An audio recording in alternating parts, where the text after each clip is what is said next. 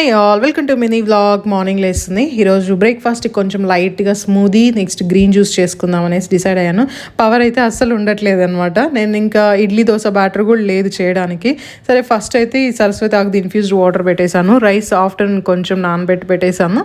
ఇంకా స్విగ్గీలో orange order చేశాను. ఆరెంజ్ జ్యూస్ చేసుకుందాము అనేసి. పిల్లలకి అయితే జ్యూస్ చేయించేసాను.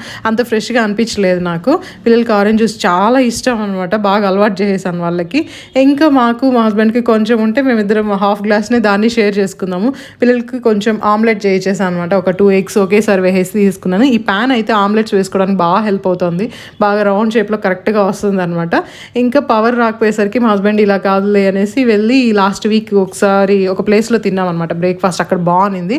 మళ్ళీ వెళ్ళి అక్కడే తినేసి వచ్చేసాము. ఇంటికి వచ్చి కొద్దిగా పనులు ఉంటే ఫినిష్ చేసుకొని ఫ్రెష్ అప్ అయిపోయి ఇంకా పిల్లల్ని క్లాస్కి తీసుకెళ్ళిపోయాను. వీకెండ్ వచ్చేసి వీళ్ళకి ఒక 1 hour అలా క్లాస్ ఉంటుందన్నమాట. ఫుల్ ఎంజాయ్ చేశారు. ఇద్దరికి సేమ్ డ్రెస్ వేశాను. ఫోటో తీద్దామంటే ఒక్కరు కూడా కోఆపరేట్ చేయలేదు.